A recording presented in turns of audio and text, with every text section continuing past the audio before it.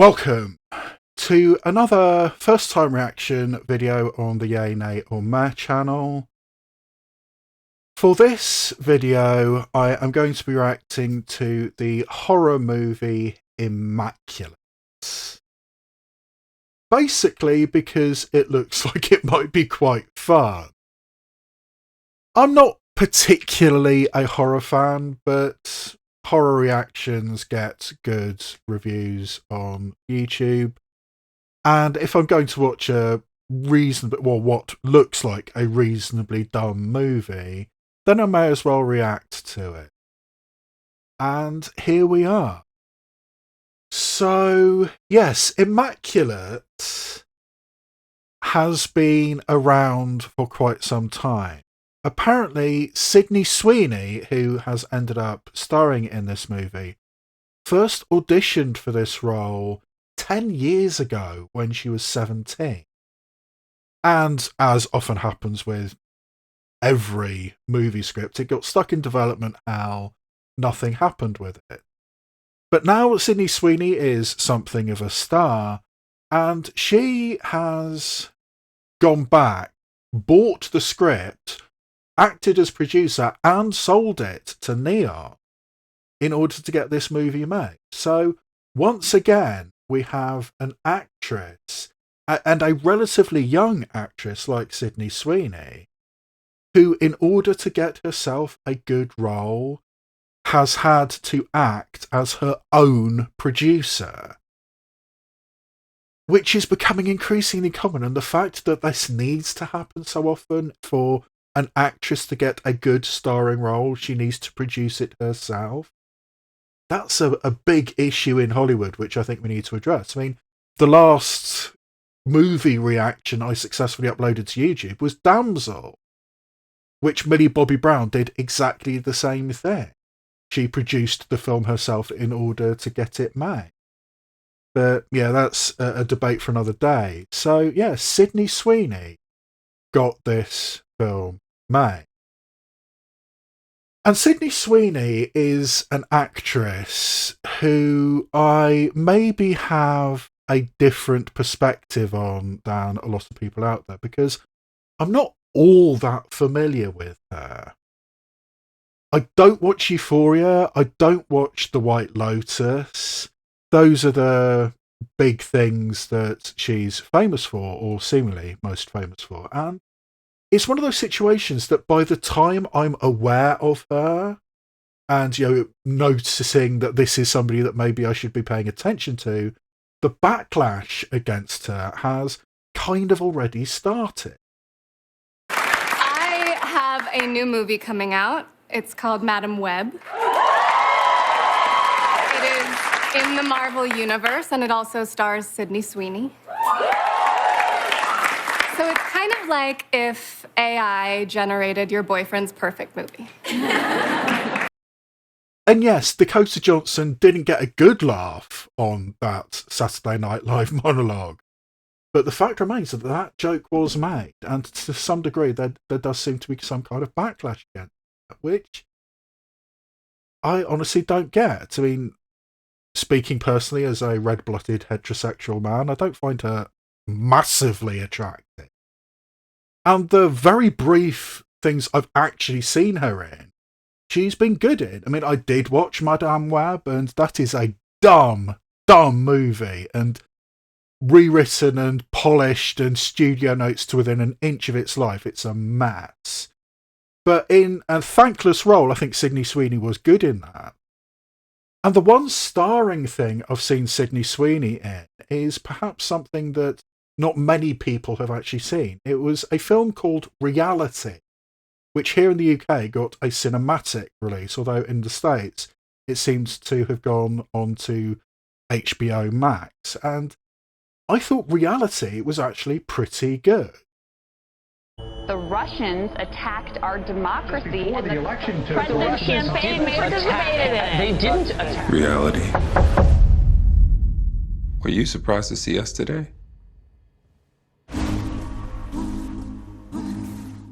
We are concerned with the leak. Insider threat. It's my partner, Wally Taylor. Hey, how are you? We have a search warrant for your house. Oh my goodness, okay. Would you like to see it? Yes, please. 125 pounds, you guys. Flatter me. Sorry, I have a sense of humor. That was on your driver's license. That's right. Okay, well, I lied. Don't we all? Reality. What if I said that you printed out classified information? That document has made its way outside of NSA. And the most likely candidate is you. And that is a real life story. And apparently that same story is being turned into a black comedy movie by the very, very funny filmmaker Susanna Fogel, which that's going to be interesting. So, yes, I think the film reality is a little bit flawed because of its unusual format. Every line of dialogue in that film is taken from the transcripts of the interviews of this whistleblower reality winner. So it's a little bit stilted, a little bit awkward. But Sydney Sweeney's performance in it was very, very good. And now I'm supposed to have a backlash against her? Is there something about her role in Euphoria that I'm just not aware of that we should be having a backlash against her? I mean, one of the movies that I am planning to do a reaction to when it comes out on home media is the horror movie Abigail, which looks like a lot of fun, and I can't wait to do a reaction video to that. But in doing some very casual pre-preparation looking into Abigail, it turns out that one of the stars of Euphoria has already died by the time I'm supposed to know who he is. So, yeah, I'm so completely out of the loop, but I do like the idea of this film, Immaculate. It is directed by Michael Mohan, who doesn't have a massive CV, but his two most famous things is the Netflix TV show Everything Sucks and the movie The Voyeurs, both of which happen to star Sydney Sweeney. So, yes, I think Sydney Sweeney produced her own film and got somebody she knew in to direct it. And The Voyeurs was something that I was kind of interested in watching, but I put it on my long, long list of things to watch and then just never got around to it. So, yeah, not a massive amount of profile. The script is written by somebody called Andrew Lobel, and this is his first produced feature film, so no profile there either. And there's nobody really big other than Sydney Sweeney in the cast. It seems to have been entirely filmed in Italy with a largely Italian cast. I mean, we have Alvaro Morte, who is apparently on Money Heist, the successful Netflix TV show, which again, never seen. And Simona Tabasco is mostly famous for The White Lotus, although a different series of The White Lotus to the one that Sydney Sweeney was on. But yeah, those seems to be the other big names in this. And again, I have absolutely no profile with this, but I am intrigued because the idea of a Nunspoitation movie being done in the present day, I mean, we have had recent examples of it, but maybe there's something there. I mean, something that I can latch onto when I'm a confirmed atheist. So the idea of having a horror movie set around a convent does seem very, very appealing to me. And maybe it might actually be a Nunspoitation movie, which I think is a very specific subgenre of films. And I think it's worth exploring what is meant by Nunspoitation, or at least what I mean by Nunspoitation. So I have prepared a little package of some examples of what I consider the Nunspoitation genre. Like a virgin, thanks for the very first time. When I talk about Nunspoitation films, What I'm talking about is a very specific and relatively narrow type of film, type of genre. It's not just a horror movie with nuns in it.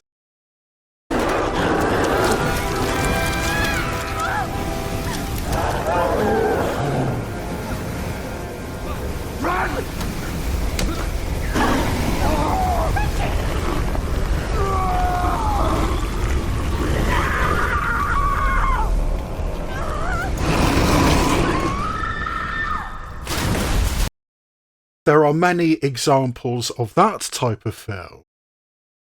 When I'm talking about Nunspoitation, there's a certain level of salaciousness, which is part of the deal as well. But even that's not specific. I mean, even in a film about nuns having sex, you can do it in a very, very serious and even a very, very tragic context, like this film, which is set in Poland in 1945.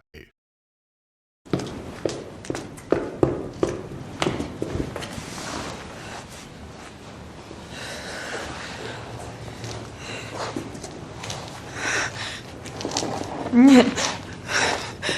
Nie. Nie chcę. Nie chcę umierać.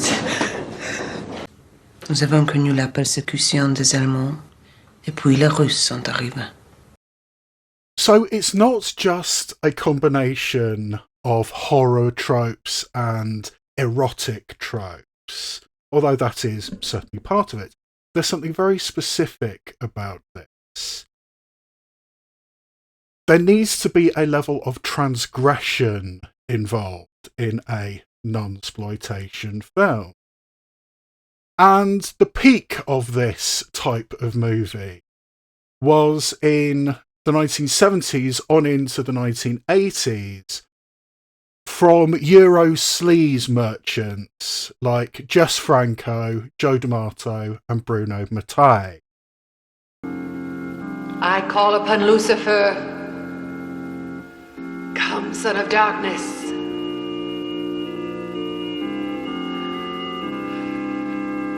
Hear your priestess.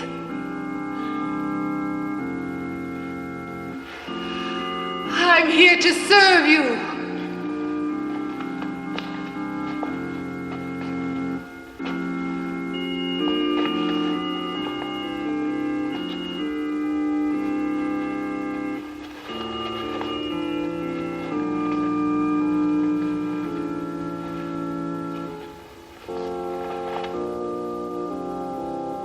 Tonight we meet to offer you a pure virgin. Her soul is pure as well, a fine prize for the prince ruler of all hell.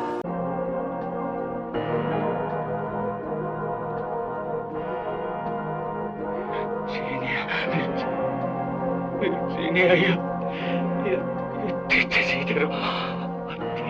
No, vi prego, baciare. Lasciatemi.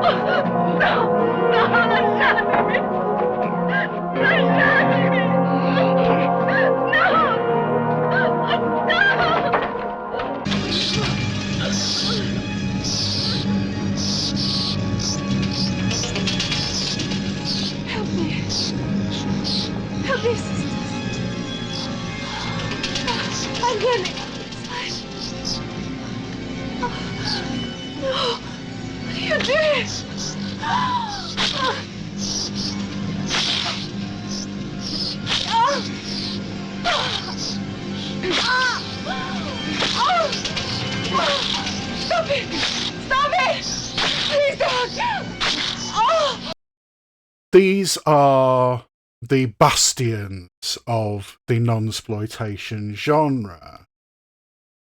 But even leaving aside those slightly smutty type of films, serious filmmakers and serious actors have also been involved in the Nunspoitation genre as well.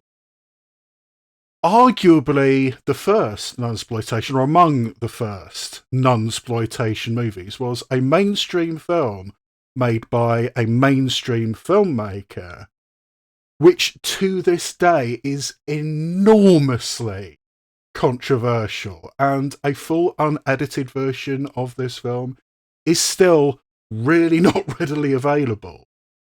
But in 1971, Ken Russell made a film called The Devils.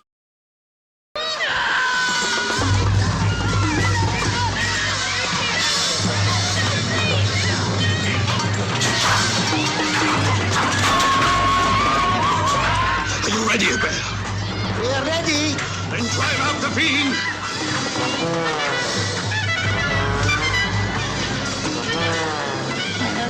Steady. Steady. I exorcise the most vile spirits, the very embodiment of our enemies, the entire spectre, the whole legion, in the name of Jesus Christ.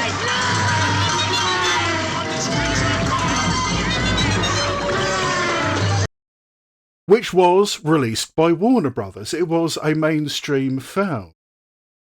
And even the nuns from The Devils showed up in the remake of Space Jam.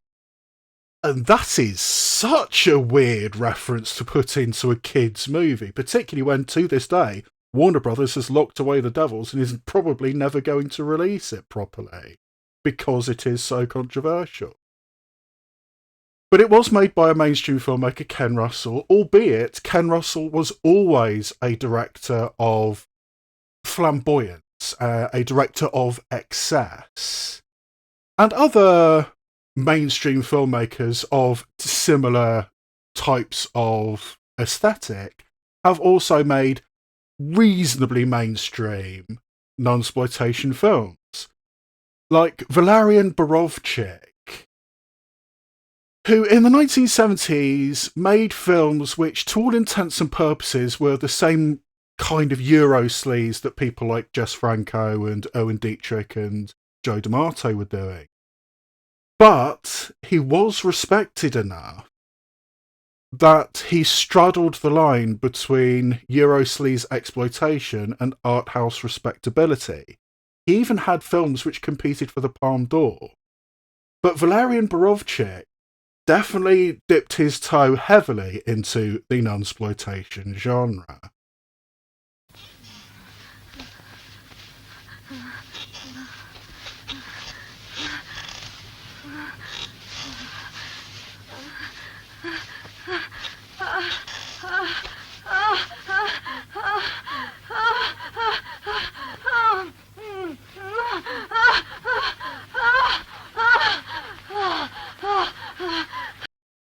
And even up to the present day, a respected filmmaker makes what amounts to a Nunspoitation film, albeit again, Paul Verhoeven is very much on the sleazy and salacious end of mainstream. I mean, this is the guy behind Basic Instinct and Showgirls. But he's also recently been Oscar submitted for the excellent film Elle, and his last completed film was a Nunspoitation film. There's no two ways about it. Paul Verhoeven's film Benedetta is a Nunspoitation film right up in the present day. Enfin. La pluie s'est arrêtée. J'ai un cadeau pour toi.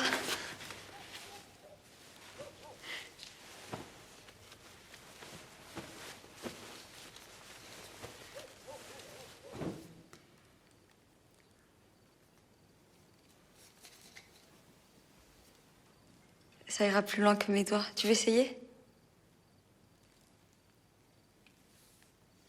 C'est un peu rugueux, là.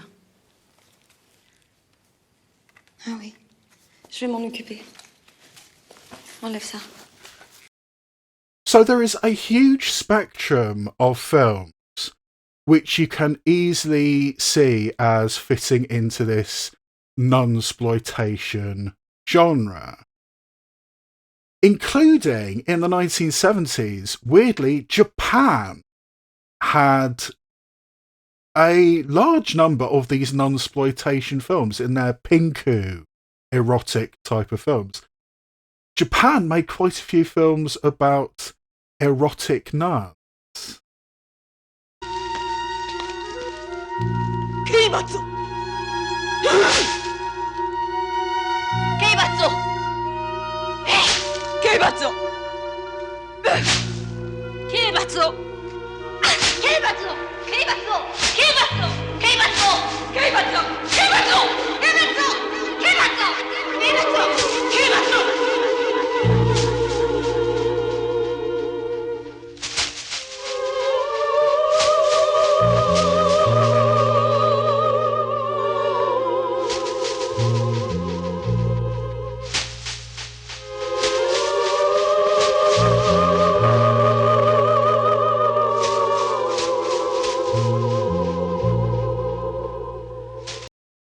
And that's just strange. If you search around on the bottom corners of the internet, you can find some really, really strange stuff.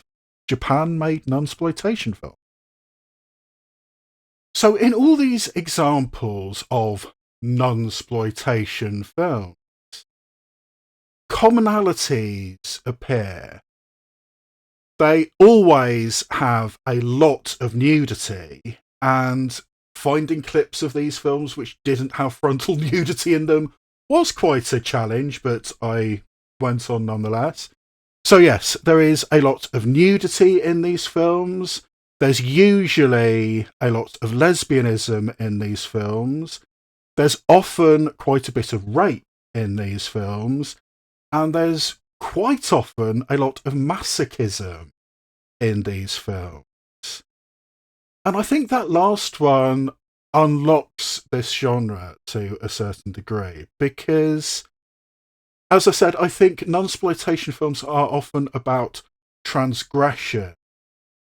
And one of the easiest ways to transgress is to parody or accuse something which is very, very important to your culture. And I find it enormously significant that the overwhelming majority of these Nunspoitation films come from the very, very Catholic country of Italy. Italy is a country where nuns are supposed to be respected because everybody's a Catholic. So make these transgressive films, make these button-pushing films about women and about what goes on behind closed doors.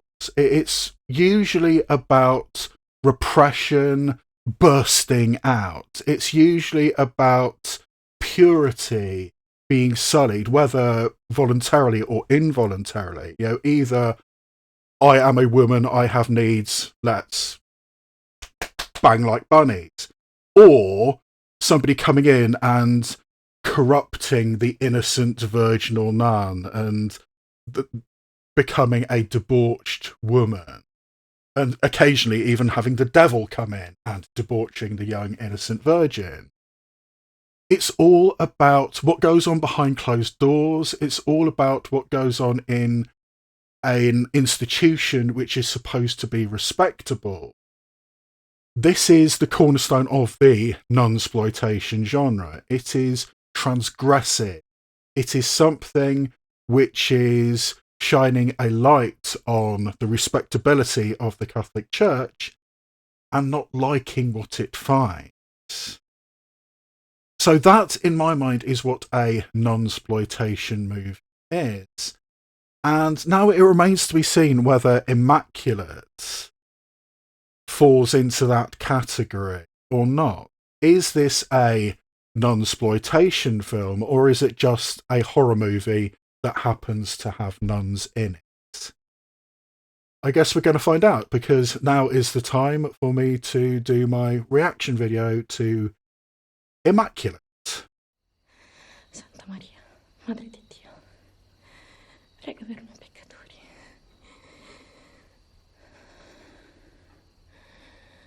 adesso è nell'ora della nostra morte. Amen.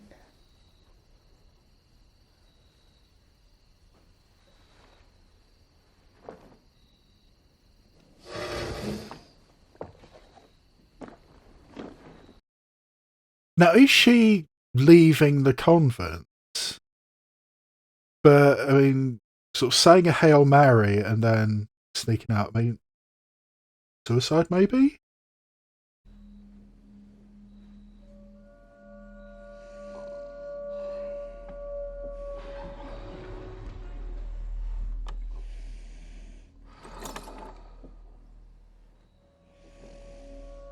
Oh, so is she stealing keys in order to escape the convent? The keys to the front gate, maybe. And that presumably means that's the Mother Superior. Yeah, it's never a good idea to have sort of floodlights highlighting somebody's escape. I mean, that doesn't seem like a very saintly thing to do. And the slow footsteps on the gravel.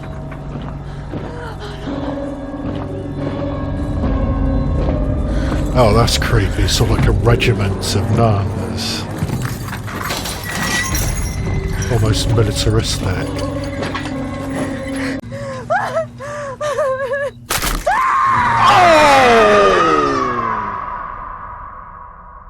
That was unnecessary!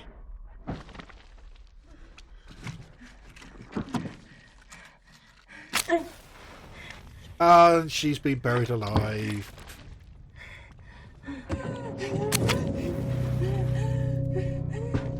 Handy how they left her matches when they were burying her alive. Was that just an extra level of torture?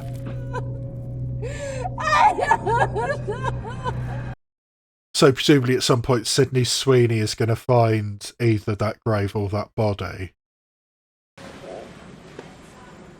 Italian for beginners, okay. The American abroad. Oh, customs.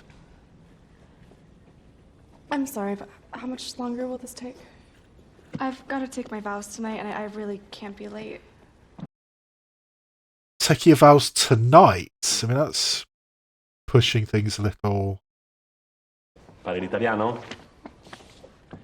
I ask if you're learning Italian. Oh, I'm trying, but it's a lot harder than I thought. And yet you're going to So Italy. this convent, they buy I mean, again, an American Mm-hmm. going to an Italian convent and not speaking You're very Italian. young to be a nun, Yeah. aren't you? And of course the municipal buildings in Italy have got all the columns and the marble. Sorella Cecilia, scusa, sono il diacono Enzo. Vieni con me. Yeah. Okay, do we trust the guy with huge porn moustache? Quanto manca? Stiamo per arrivare.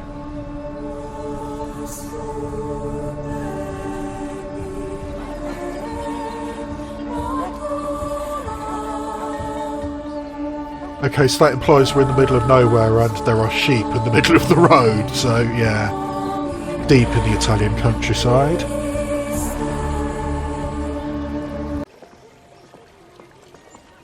Sorella Cecilia! Reverend Mother. I tuoi occhi risplendono della luce dello Spirito Santo. È come se gli angeli ti avessero mandato qui direttamente dal paradiso. Aspettavamo con ansia il tuo arrivo, mia cara. I'm sorry. She says you're pretty. I'm Sister Cecilia. Isabel? Yeah, I think we found the mean girl. Let me show you to your room. Oh, she's Our in Lady there. of Sorrows was founded Okay. in 1632 as a refuge for elder sisters before their transition to heaven. It's really beautiful. Yes, it is. Buongiorno, sorelle. And we work hard to keep it that way. Our sisters' final days should be a pleasing environment to help distract from all the sickness and suffering. All of this, it was built on the Okay, so this is essentially Catacombs? It's off limits. that's going to be significant. We're going to end up in the catacombs, but yeah, essentially this is kind of like a hospice for nuns. You're very sweet. Thank you. I don't mean that as a compliment. I'm sure this must feel very romantic. But this is our life. And I promise you, work is hard, physically and emotionally. So if you're here to find yourself, there are easier ways. I'm not. Oh, so Isabel thinks that Cecilia's on so like an eat, pray, love kick. You do not have to take your vows. You can still go back, and God will. And I mean, that thing of arriving in Italy and immediately the same day taking your vows. I mean, that seems like very, very strange scheduling to me, and unnecessarily dramatic. And why is she taking her vows in Italy? I hope that's going to be explained at some point. You're far from home. Yeah, my parish closed. Did the priest get in trouble? No, nothing, nothing like that. Just low attendance, and that church was my family, my home.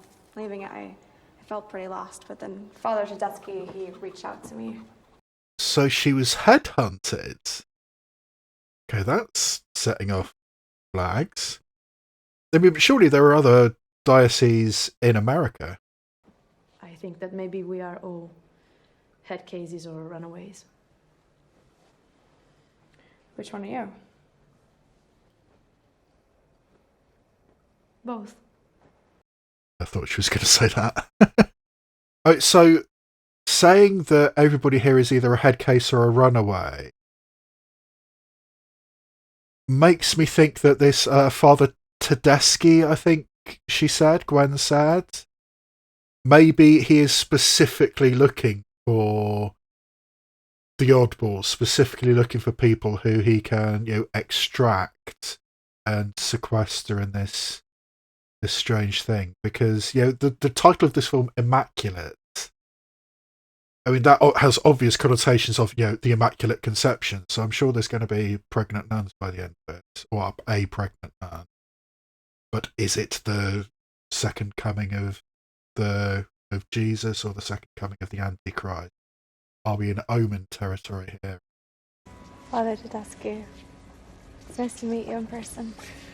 We all feel so blessed to have you. Oh, nice to meet you in person. So she's been dragged to Italy on very little authority.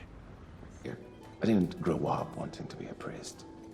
My first career was in sciences, biology. I was almost 2 decades in, and I couldn't understand the world any better than back when I was in Sunday school. What about you?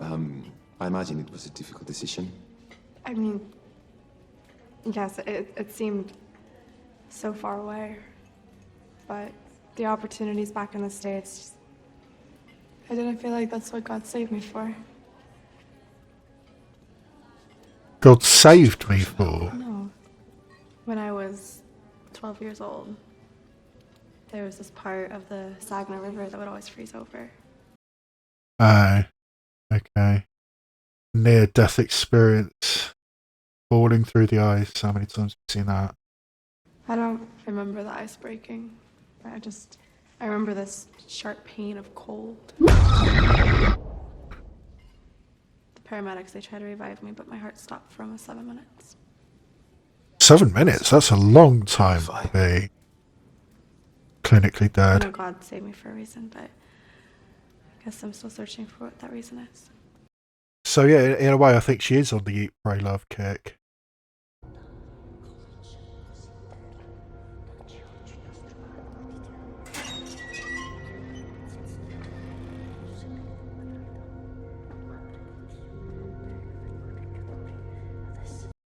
I think that's the pose that you do when you're serving penance. So what is this nun serving penance for? Who is it? Is it one of the older nuns? Or is it somebody else who's seen, or somebody completely new? Oh, or is it some kind of demonic entity? Could be that as well.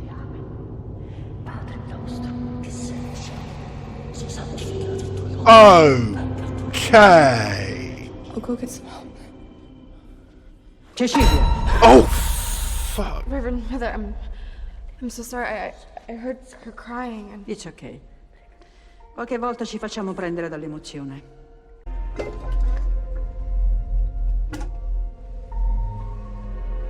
Sant'Elena, madre di Costantino, lo portò da Gerusalemme. Questo. Saint Helena brought so many relics back from the Holy Land. Sulla croce.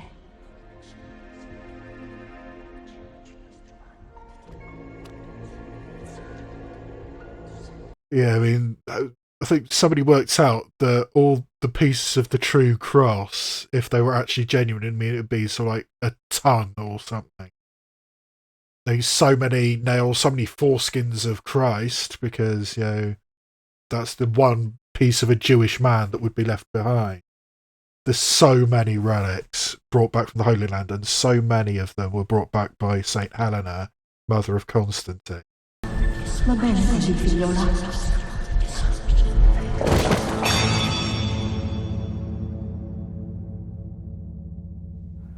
Okay, so is she just overwhelmed with spiritual fervour? Was there something in the wine she drank earlier, or was there something on the nail? Bless me, Father, for I have sinned. I promise to carry myself with grace because I want nothing more than to belong here. I'm afraid I've already messed things up. Is that priest even awake? And does he speak English? Okay, he's awake. Your Eminence? And she started hallucinating. But again, is this some kind of thing within her, some kind of mental illness, or is she being dosed with something? Cue jump scare?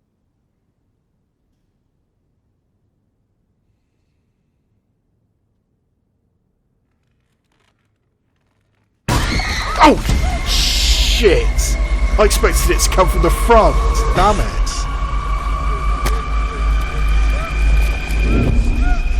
Okay, that got all unwell for a moment. Ah! So was that auditory? Oh no, it wasn't Bunwell, it was Bella Labette with all the hands coming out of the wall.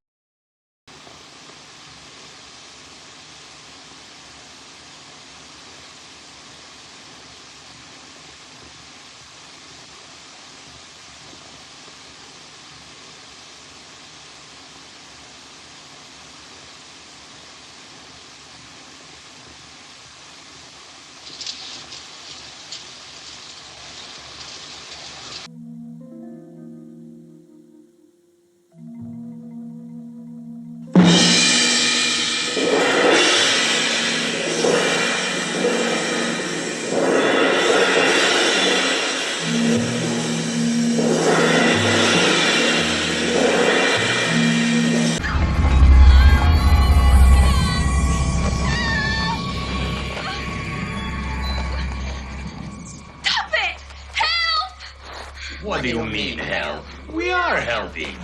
We're helping hands. You're hurting!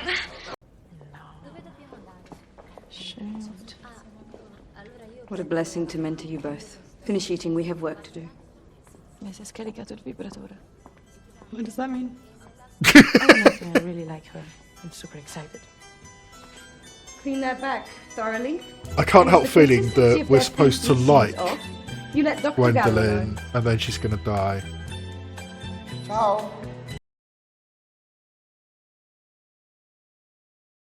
Now, if this was a true Nunspoitation movie, then Cecilia and Gwendolyn would end up in bed together. Which I'm not ruling out the possibility of. I'm sorry, I can't.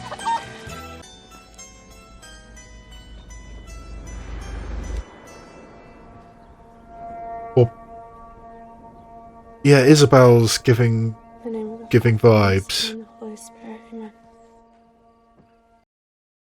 possibly it's going to be sort of Isabel. You know, I can't resist you, Cecilia, and coming in.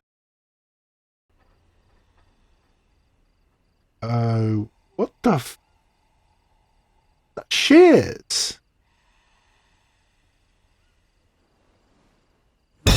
Oh.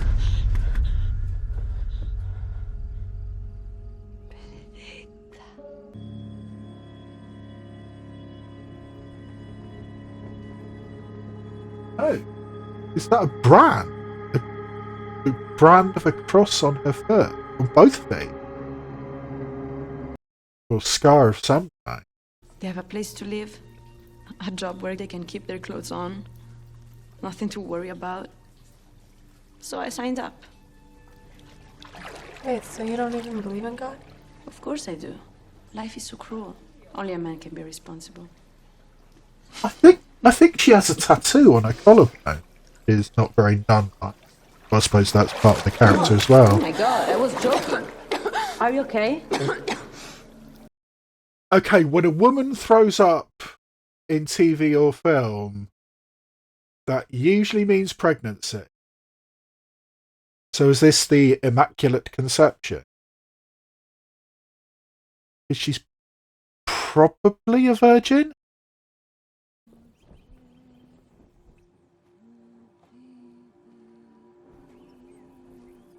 Yeah, they're getting a lot of mileage out of, you know, coming in and out behind the sheets, the hanging sheet. Oh! Sorella Cecilia, vieni con me.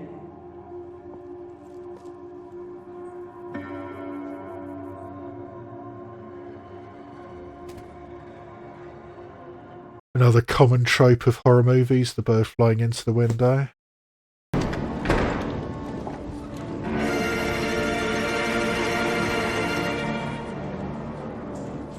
Madre Superiora, abbiamo avuto visite durante le ultime settimane? No. What are you looking at?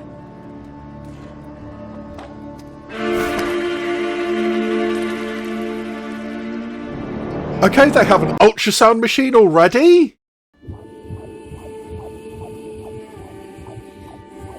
The virgin birth, the Immaculate Conception.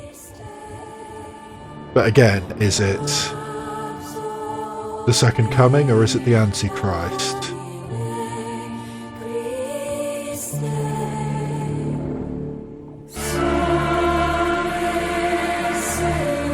And has she been drugged? I mean, because she did sort of have that fainting spell and those dreams.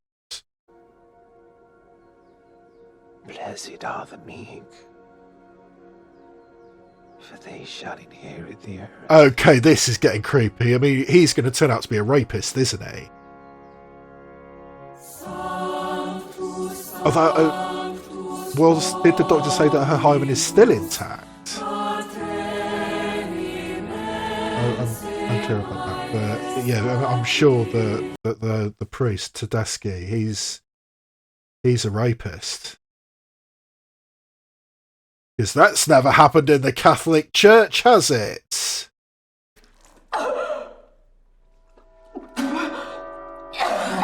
Okay, second trimester, so there's a bit of a leap in time here. And she's reasonably showing now. And of course, she's now the special one, the one chosen by Christ of these spells, having none of it.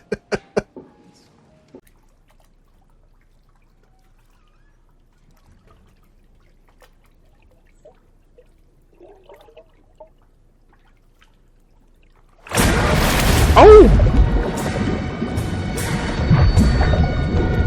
Is that Isabel or something?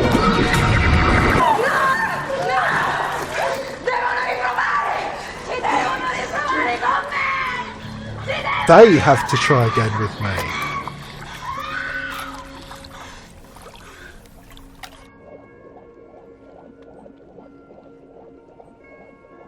So what does Isabel know, and why doesn't Cecilia know? There's no bleeding. Praise be.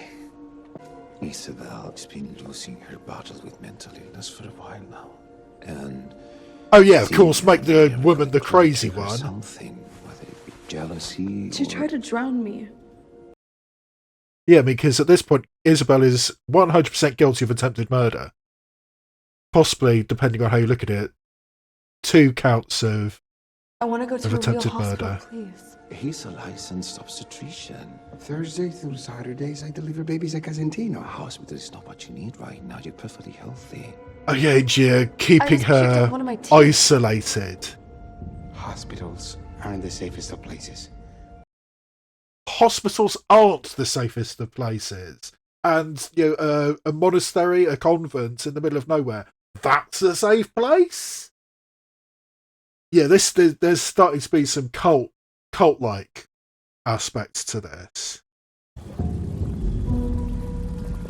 Oh, again with the red faces. That's a really disturbing image.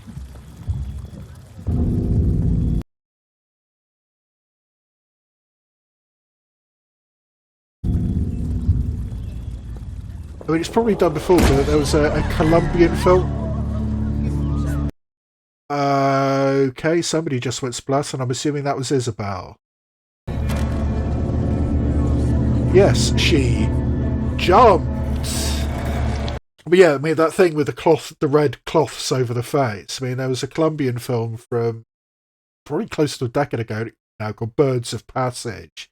There was a very striking image from that. I mean, it's probably been done before, but that's what strikes a chord with me. How can we trust what's inside you? Maybe God has nothing to do with Sisters. Yeah, don't talk too much, Gwen, or you're going to end up like Isabel. Fuck this.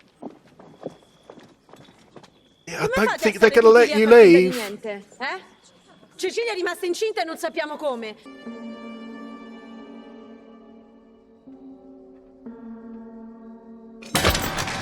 Oh. Oh, is there a hole behind that paint? In which case, that was a very convenient accident.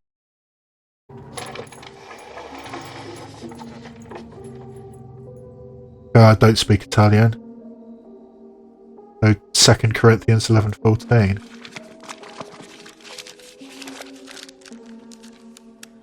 For Satan himself often masquerades as an angel of light. Okay, Rosemary's Baby Ahoy! Satan masquerades as an angel of light.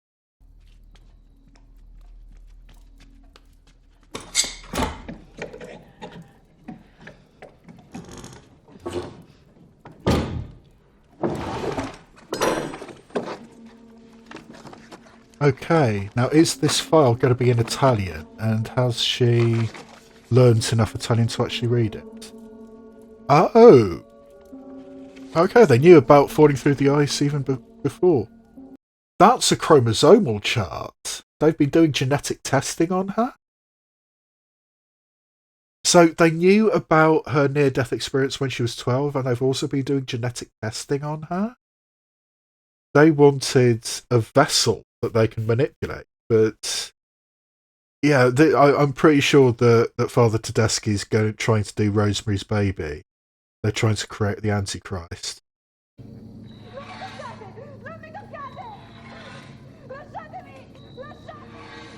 And I'm sure those shouts are going to turn out to be Gwen, and she's not long for this world. No, ti prego. No, ti prego.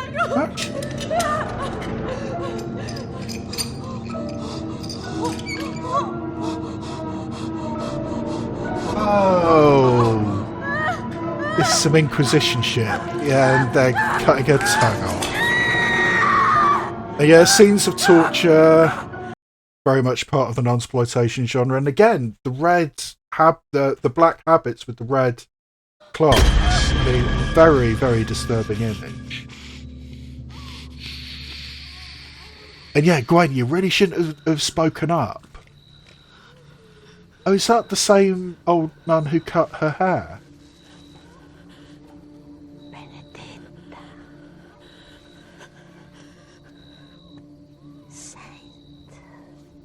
And now she's woven her hair into a crucifix? Or actually, more accurately, that's an axe. But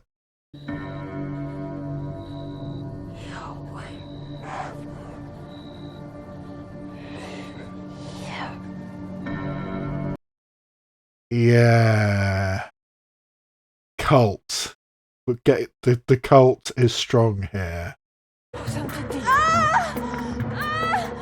Non è possibile, oggi è sabato. Chiamalo! Non lo posso chiamare subito!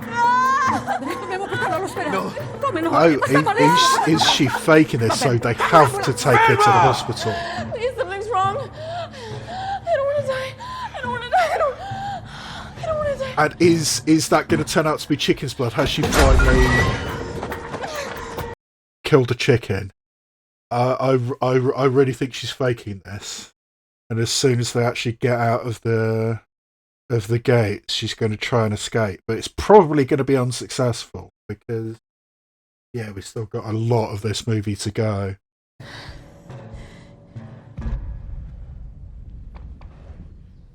Yeah, it's a dead chicken. Oh, because there was specifically that point where she... Oh.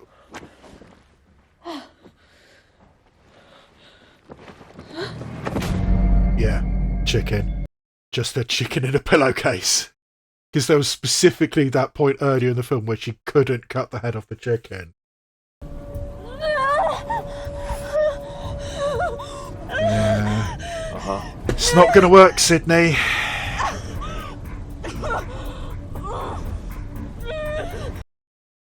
Yes, now we shall need to keep her under closer observation.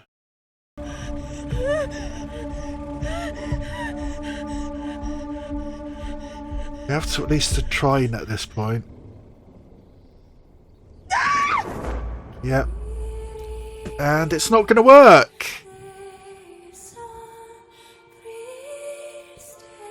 That's a striking image. I mean, the white dress, the pregnant belly and the bouncing boobies, and the blood all down her skirts.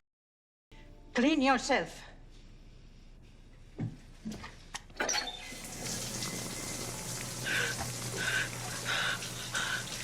But has she reached the point that anything that it is against what they want, I mean, doing any type of rebellion she can possibly see? I mean, 'cause at this point, what does Cecilia think is going on? I mean, was she ever truly convinced that this was, the second coming? If any of my actions made you feel scared. Oh, not the black leather gloves! No! Creepy guy. That's... They're trying to manufacture the second coming with the blood of Christ off that nail?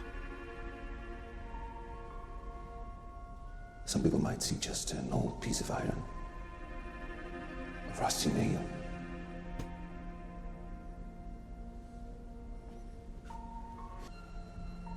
And we found blood.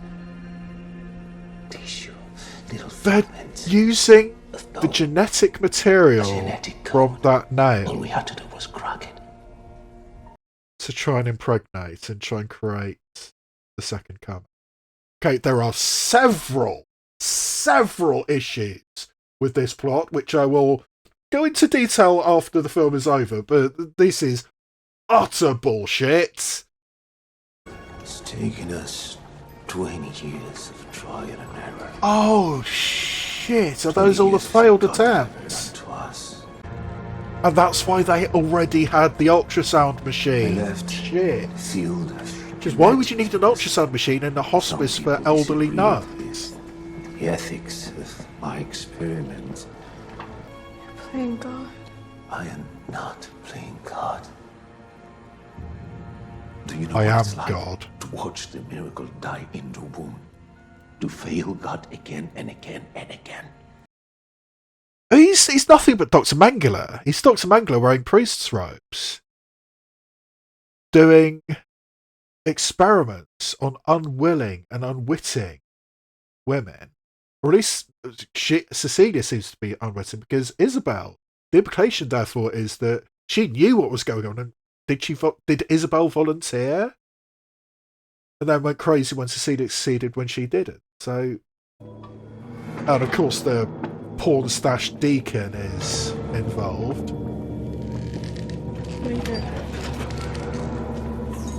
What's going on? Oh, they brand. What is that? They're gonna brand her feet, so she doesn't run away. Stop! Please stop! The nun who had those brands on her feet, she was quite old. So, I mean, he said 20 years, but even 20 years, she seemed too old to be part of this experiment. So, how long have they really been doing this?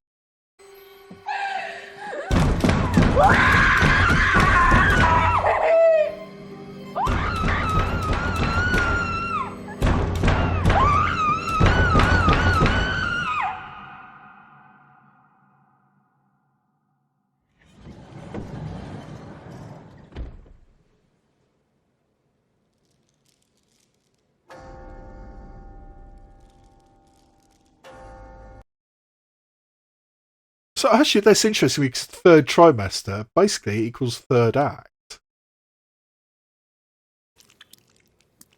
So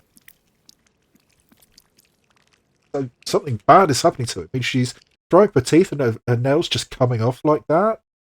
Whatever's inside her is not doing well. Which, you know, messing about with genetics in that way, there's bad things happen. If this is not the will of God, why does God not stop us? Yeah, I mean that's been the justification for so much shit over the century. I mean, this is a gigantic conspiracy. Is he a bishop, monsignor, something? Cardinal maybe is involved in it as well. Da oggi ogni giorno è buono. Yeah, what is going to happen to her after the thing is born? Because they don't need her anymore, and she's clearly not happy with what's going on. So she potentially could be a whistleblower, like Reality Winner that Sydney Sweeney played a couple of years ago, last year.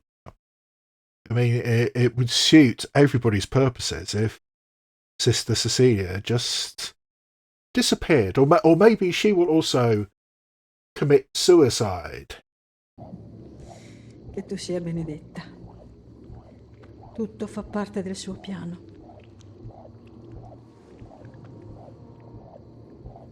You save us. Believing that so strongly that you do all this. Carol of the Bells?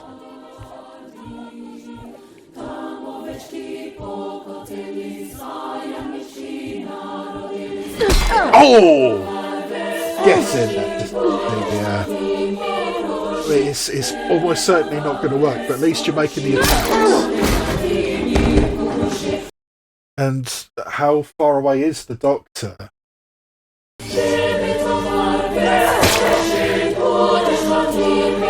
Yeah, I think you just crossed the borderline between self-defense and murder there, but we're going with it.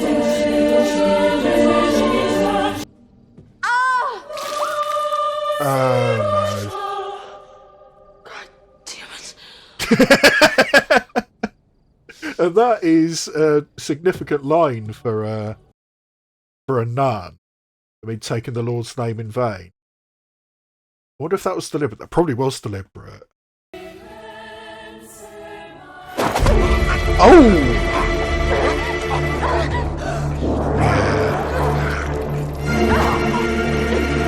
Okay, so are we about to have a vengeance-fueled rampage for a woman who is actively in labour?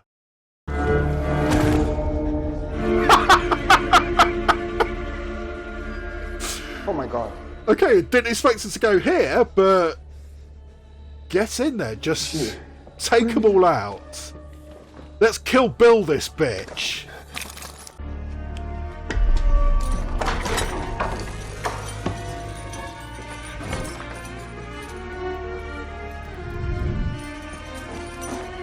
Oh, it's the ethanol, I think that was. So yes, flammable.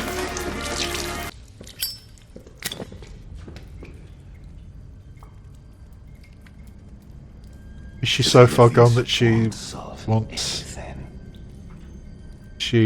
to end it all herself? Yeah, not if she kills you too.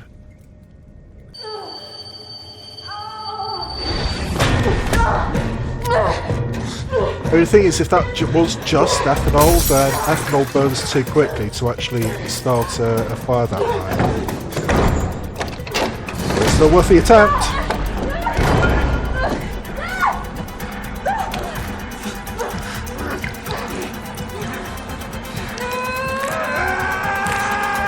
Yeah, break his fingers.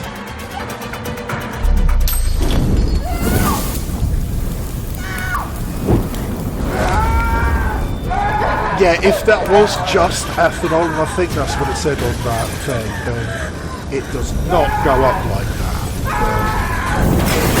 Live with that.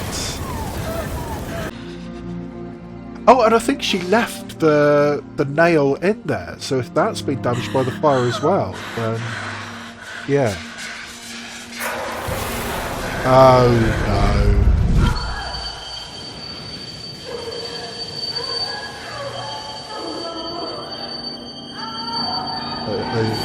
Yeah, that was a fire extinguisher.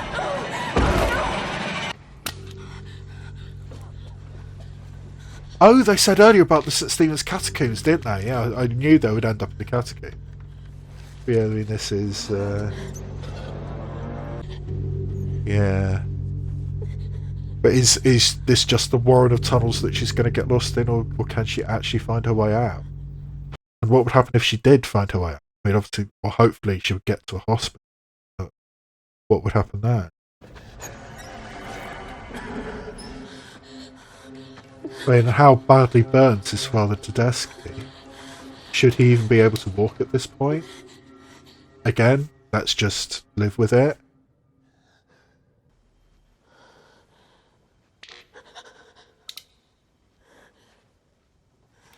Oh, it's going to be one of those things. Oh, shit! Is that the girl we saw at the beginning, or is that Gwen? And how many girls are down? Yeah, I mean, sort of like darkness, turn on the lights and something scary. I mean, classic trope.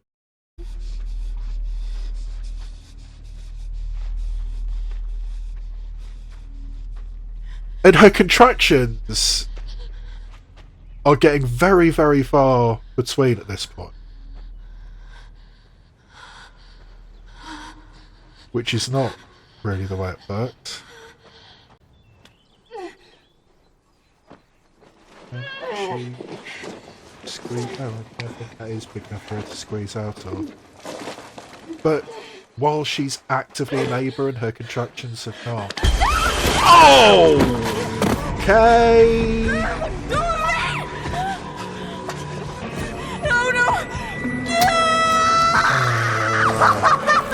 Mother of God. And at this point, for us sinners. it's just gonna, you know, get this mother's womb ripped untimely. Oh, she's still got the nail. Okay, poetic justice. But no, just blood spurting all over her face. Okay.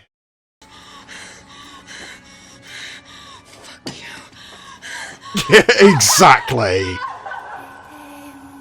I mean, that's the perfect epitaph for that bastard.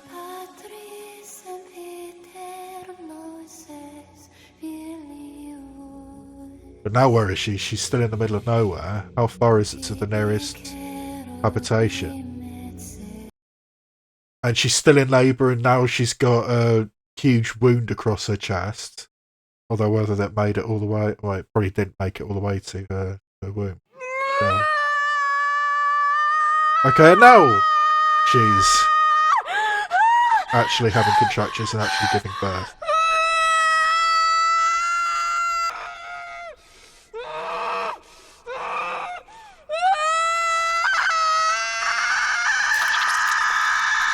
Oh, that didn't need that sound effect.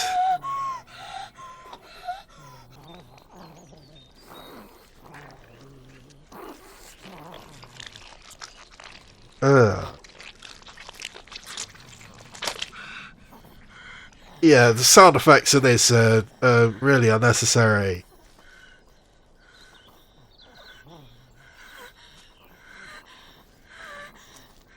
I'm pretty sure you need to tie the umbilical cord as well.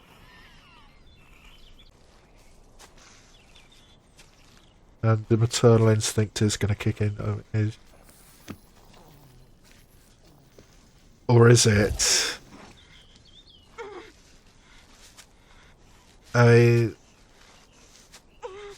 This woman has been horrifically violated. But is there any maternal instinct?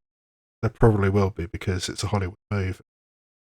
I don't think she's going to do it. Although I think it's significant we actually haven't seen the baby yet.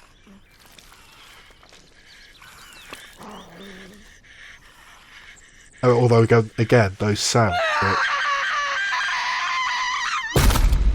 She did it! Shit! But those sounds, I mean, the sound design on that last sequence, those sounds didn't actually sound human. And that's where we end it. I honestly don't believe that a mainstream Hollywood film, which essentially is what this is. I did not expect them to end it that way. So that was Immaculate, and yeah, that was rather silly, and there's quite a bit of bullshit involved in the end of that film. Where to start? Alright, let's start with Saint Helena of Constantinople, who apparently brought that nail back to the Holy Land. I mean, she is a real historical figure. She is a real saint. She was the mother of the Emperor Constantine, the man who famously made Christianity the official religion of the Roman Empire. And once Constantine had come to power, he sent his mother, who was in her 70s by that, to the Holy Land in order to find the relics, in order to find the essence of Christ, of this new religion. And isn't it remarkably convenient that she did manage to find all these relics? She found the true cross, and most depictions of St. Helena of Constantinople depict her with the cross, because that is the biggest thing she did. She found the true cross, and at the site where she found the true cross, she built the Church of the Holy Sepulchre, as well as building or rebuilding the Church of the Nativity in Bethlehem and the Church of Eleona on the Mount of Olives, the places where Christ was born and ascended, respectively. So she did a lot of formalizing of Christianity in that period. I mean, it's remarkably convenient that the Emperor Constantine, who needed to have control and needed to formalize his power over what Christianity was, his mother happens to find all these relics and happens to found all these churches in the Holy Land. It's remarkably politically convenient that happened, isn't it? And when St. Helena of Constantinople came back to Europe via Cyprus, where there's a lot of her relics there as well, she brought a lot of relics with her. I mean, this happened in something like 380 AD, but it was very, very prevalent in the Crusades of the 12th and 13th centuries, of people who went to the Holy Land and brought tons and tons and tons of relics back with them to Europe. I mean, all these fantastical artifacts, all these things that have connections to saints, so many of them were brought back from the Holy Land. And it was St. Helena of Constantinople who originated that in the 4th century AD.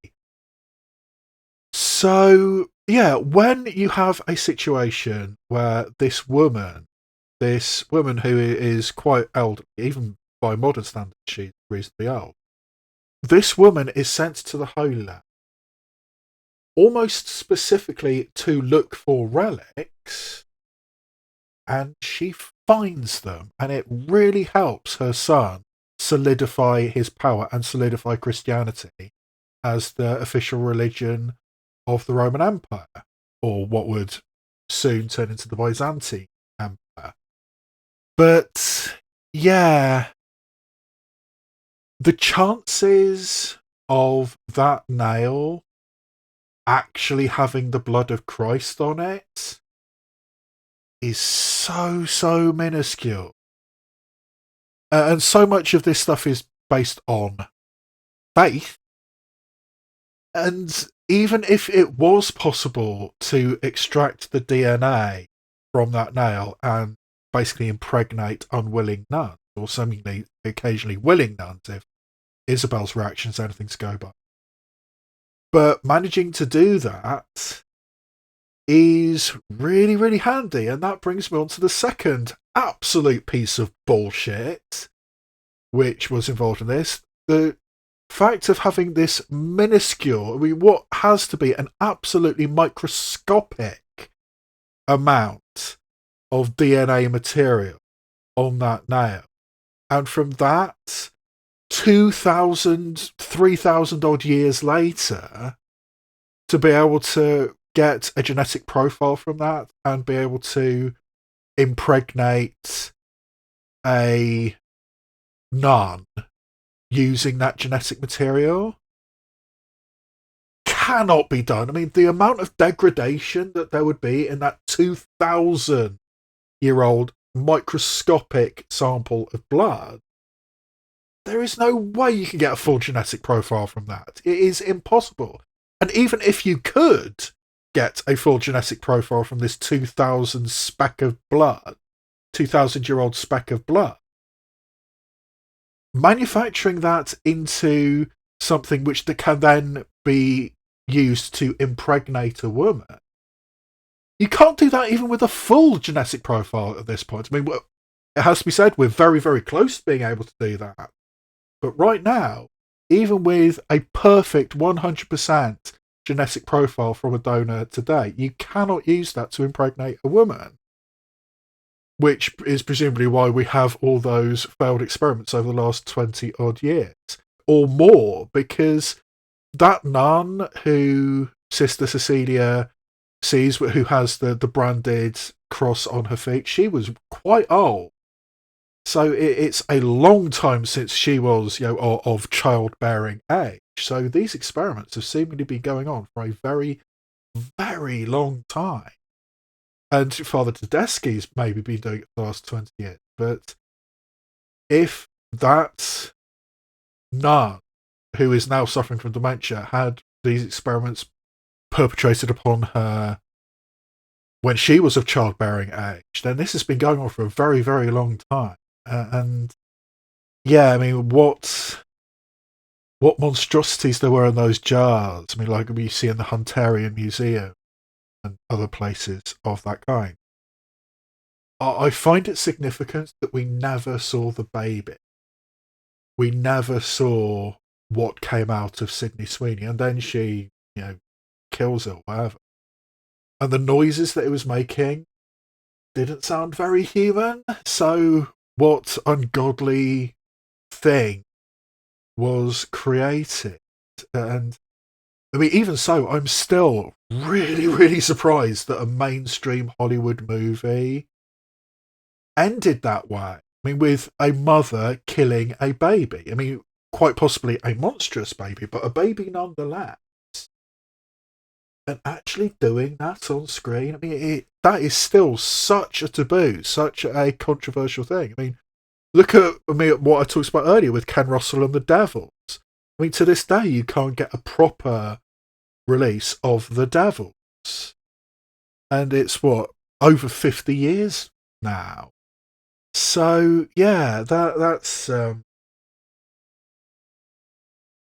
concerning. And the final scene with Sydney Sweeney being in labour, except when she wasn't. I mean, there were long stretches where she wasn't having any contractions because it wasn't convenient to the plot. And pregnancy and labour doesn't work that way. So, yeah, that was a very long labour, which seemed to just stop in the middle and you can walk around. Which, yeah, fine. But having contractions pretty close together at the beginning and then long periods where you weren't having contractions, then suddenly you give birth at the end. I mean, that is just not how labour works. So, yeah, that was bullshit as well. I mean, the religion doesn't work because St. Helena had her own agenda when she went to the Holy Land and brought back all those relics. The science doesn't work because we are not at the stage where even a full genetic profile can create a viable baby. And the female reproductive system with Sydney Sweeney being in labour at the end of that movie, that all of that is just utter bollocks.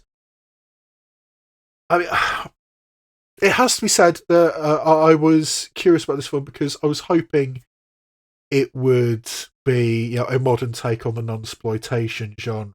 I mean, very much like what Paul Verhoeven did with Benedetta. I mean, that was a mainstream director who, not too long before Benedetta, he got submitted to the Oscars for the film Elle, which is excellent. Oh, and way back in his early career, I think he did get nominated in his native Netherlands for the foreign language Oscar. So, I mean, a respected director, albeit he's also done things like Basic Instincts and RoboCop and Starship Troopers, very excessive, very extreme films. But he's a respected director. And he made a Nunspoitation movie. And I was hoping this would be the same kind of thing. But honestly, I wouldn't classify Immaculate as Nunspoitation per se. I think if there had been more nudity, if there had been longer sequences of Gwendolyn being tortured, if indeed Gwendolyn and Cecilia had, got intimate with each other, that would have made it Nunspoitation. But as it is, I think this is a horror movie with nuns in it. Or rather, it's kind of Rosemary's Baby with nuns in it, albeit that they're trying to create the second coming of Christ rather than the Antichrist. But the same basic set of parameters exist. So, yeah, I mean, basically this is Rosemary's Baby made with nuns and with a mirror with an opposite intention. And even as that, I don't really think it was up to much. I mean, yes, there was the odd jump scare, which, I mean, like I said, I'm a wuss. Most of those jump scares did get me. But, yeah, I don't think it actually works particularly strongly as a horror movie. I think it needed either to be much, much more graphic and have blood and torture and gore and all that kind of stuff, or you need to really, really sink yourself into the psychology of it. I mean, make it, what is going on, the paranoia, the darkness, the confusion. I mean, this woman not really knowing, not really understanding what is going on and gradually working itself out and gradually it is something bad happening to me. Oh shit, something bad is happening to me. But the paranoia that are getting there. I mean, like Rosemary's Baby. If it had been a gore fest, I think it would have worked as a horror film. If it had been, the psychological torture, I think it would also work. But it didn't really do either. And yes, there were jump scares. There were always jump scares in this kind of movie. And there was a bit of gore at the end with Tedeschi getting stabbed in the neck with that nail, which admittedly was cool and was poetic justice. So one really extravagant piece of gore, and I suppose the tongue getting cut off also counts, but not really. So what's the function? What's the purpose? I'm not really sure there was one. Frankly, I just don't think this film works. It wasn't Nunspoitation, and I don't think it was a particularly effective horror movie either. So what's the point, frankly? So, yeah, I wasn't impressed with this at all. Utter bullshit on several levels by the end. And the film that we got wasn't particularly fun, particularly memorable. It just kind of existed. And I'm not that impressed. So in my trifold rating system of yay, nay, or meh, yay being a brilliant film that might be one of my top 10 films of the year, nay being I don't recommend it, not really worth watching, and meh being everything in between, I actually think I'm going to give Immaculate a nay. I mean, it's frankly kind of pathetic. It doesn't serve any strong function as far as I'm concerned. I mean, weirdly, this is not the only pregnant nun movie or a film involving pregnancy and nuns. I mean, because the first Omen has also come out quite recently. And I'm not that interested in that because I don't like this kind of film where it's a prequel to a classic movie done sort of 20, 30 odd years later. And now we're going to say, yeah, this is how it all started. Do we need that? I don't need that. So, yeah, I'm not going to watch the first Omen. Well, unless, tell me in the comments. If you really want me to do the first Omen, I will do the first Omen. I mean, never let it be said that I don't do things for my admittedly very, very limited audience. But yeah, if you want me to do the first Omen as well, I mean, see, compare and contrast, I will. But yeah, this one, not particularly good. I mean, as I briefly mentioned at the start of this video, the next horror adjacent movie or horror movie that I'm planning to do is Abigail, which looks like it's going to be a lot of fun, done by the same people who did I think it was Ready or Not. I mean, one of those, plucky women against people chasing them. I think it was Ready or Not that they did. And it's got Alicia Ware, the girl from Matilda, in it. So, yeah, I'm looking forward to doing Abigail when that comes out on home media. I've got other reaction videos planned, like the Iron Claw I still haven't done. That's on the list. I'm going to be doing a remake reactor to both versions of Mean Girls. And yeah, various other things, and continuing on with my Charmed reactions as well. So plenty of content on this channel. But for this episode, I think that's where I leave you. So all that remains for me to say is this has been a presentation of the Yay, Nay, Meh channel. And I will see you next time where I shine a light on cinema, both obvious and obscure.